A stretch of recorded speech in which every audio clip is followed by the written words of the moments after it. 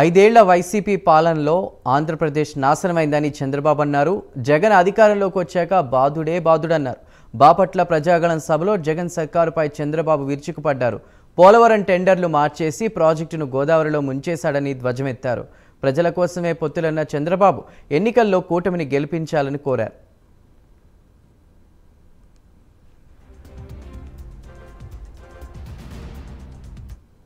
కనీస గౌరవం లేని ప్రభుత్వం ఈ ప్రభుత్వమనా కాదని అడుగుతున్నా మిమ్మల్ని. మనకందరికి తిండి పెట్టే అన్నదాత పెద్ద ఎత్తున తుఫాన్ వచ్చి ఇబ్బంది పడితే ఏమాత్రం పట్టించుకోలేదు ఈ జగన్మోహన్ రెడ్డి గారు. ఇక్కడికే వచ్చాడు, నేను వస్తున్నానంటే పోటీ వచ్చాడు. వరదల్లో కూడా పరదాలు కట్టుకొని వచ్చాడు ఆయన, అవునా కాదా? రెడ్ కార్ పెట్టేశారు ఇక్కడనే, జ్ఞాపకం ఉందా మీకు? ఆకాశంలోనే తిరిగాడు 5 ఏళ్లు. ఆయన ఆకాశం తిరిగితే కిందన చెట్లని నరికేశారు. ఆయన ఆకాశం తిరిగితే కింద ఉండే చెట్లు ఏం చేసే తమ్ముళ్ళు? అలాంటి దుర్మార్గుడు ఈ ముఖ్యమంత్రి. 2 ఫోటోలు తీసుకున్నాడు. ఏమన్నా 1 రూపాయి మీకు ఇచ్చాడా? ఏమన్నా జరిగిందా? సహాయం వచ్చిందా? ఇంకా ఓట్లేస్తారా అని మిమ్మల్ని అడుగుతున్నా. ఒక విషయం గుర్తుపెట్టుకోండి, నా మీద వ్యతిరేకంగా మాట్లాడుతున్నాడు జగన్మోహన్ రెడ్డి. నేను ఒకటే సవాలు విసురుతున్నా. 5 సంవత్సరాలు మీరు 22 మంది ఎంపీలున్నారు. కేంద్రంలో ముస్లింల కోసం తీసుకొచ్చిన బిల్లులన్నీ జగన్మోహన్ రెడ్డి సపోర్ట్ చేశాడా లేదా అని మిమ్మల్ని అడుగుతున్నా. నన్ను విమర్శించే హక్కుందా ఇతనికి?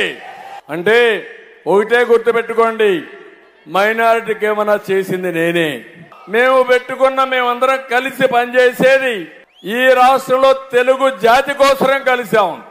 ఈ గడ్డ మీద పుట్టిన ప్రతి ఒక్కరి, హిందువులు గాని, ముస్లింలు గాని, క్రిస్టియన్లు గాని, కులాలు గాని అందరూ కూడా తెలుగు వారే. వారి అభివృద్ధి మా లక్ష్యంగా అడుగులేస్తున్నాం. మీకోసమే ఈ పొత్తని మరొక్కసారి మీ అందరికి హామీ ఇస్తున్నా. ఈరోజు తెలుగుదేశం పార్టీ, జనసేన, బీజేపీతో పొత్తు పెట్టుకున్నాం. అందరం కలిసి పోటీ చేస్తున్నాం. జనసేన నాయకుడు పవన్ కళ్యాణ్ గారు మొట్టమొదటి నుంచి ఒకే మాట చెప్పాడు, ప్రభుత్వ వ్యతిరేక ఓటు డివైడ్ కాకూడదని చెప్పాడు. అన్ని పార్టీలు పొత్తు పెట్టుకోవాలని చెప్పిన వ్యక్తి పవన్ కళ్యాణ్ గారు, అవునా కాదా? మేము పొత్తు పెట్టుకుంటే జగన్మోహన్ రెడ్డికి నిద్ర రాదు, కుట్రలు చేస్తారు. పొత్తు ఫెయిల్ కావాలని చూశాడు. మేము ఇద్దరం ఒకటి అనుకున్నాం. ఎవరు ఎన్ని ఆటలాడినా మనం పొత్తు పెట్టుకోవాలన్నాం. ఒక విజ్ఞతతో ఇద్దరం ప్రవర్తించాం. ఎవరు ఎక్కువ ఎవరు తక్కువ కాకుండా రాష్ట్ర ప్రయోజనాల కోసం ఒక నిర్ణయానికి వచ్చాం. కేంద్రంలో బీజేపీ ఉంది. బీజేపీ మనం అందరం కలిస్తే రేపు ఇక్కడ చేసిన అప్పంతా కూడా అప్పు పుట్టే పరిస్థితి కూడా లేదు. అభివృద్ధి చేయాలంటే కేంద్ర సహకారం అవసరం. అందరం కలిసి మళ్ళీ పొత్తు పెట్టుకున్నాం. కరెంటు ఛార్జీలు పెరిగాయా లేదా?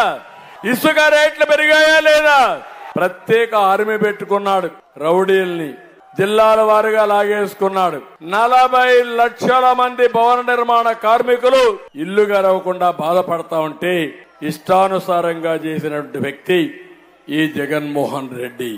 ఎక్కడికి పోతున్నాం? గంజాయి, డ్రగ్స్, జే బ్రాండ్లు, కుటుంబాలు నాశనం అయిపోతున్నాయి. ఇక్కడ మామూలు బాధ అయితే తమ్ముడు, నా ఆవేశం అదే, నా బాధ అది. దుర్మార్గులు రాష్ట్రాన్ని తగలబెడతా ఉంటే, మళ్ళా వచ్చి మిమ్మల్ని మభ్య పెడతా ఉంటే నాకు ఏమాత్రం అనుమానం లేదు. 100% మనమే గెలుస్తున్నాం. ఈ ముఖ్యమంత్రి ఎట్టుంటాడంటే విచిత్రమైన వ్యక్తి. ఏం తమ్ముళ్ళు ఎప్పుడన్నా చూసారా ఇటువంటి? ఎప్పుడన్నా ఊహించారా మీరు? నేను అడుగుతున్నా మిమ్మల్ని అందరూ. నా లైఫ్ లో అయితే ఎంతో మంది ముఖ్యమంత్రులు చూశారు, కానీ ఇతను ఒక విచిత్రమైన మనిషి. విచిత్ర జంతువు అందామా, మనిషి అందామా, రాక్షసుడు అందామా నాకైతే అర్థం కావడం లేదు. మీకేమైనా అర్థమైందా తమ్ముళ్ళు అని మిమ్మల్ని అడుగుతున్నా. ఏమో మా ఆడబిడ్డలు మీకు అర్థమైందా అని మిమ్మల్ని అడుగుతున్నా.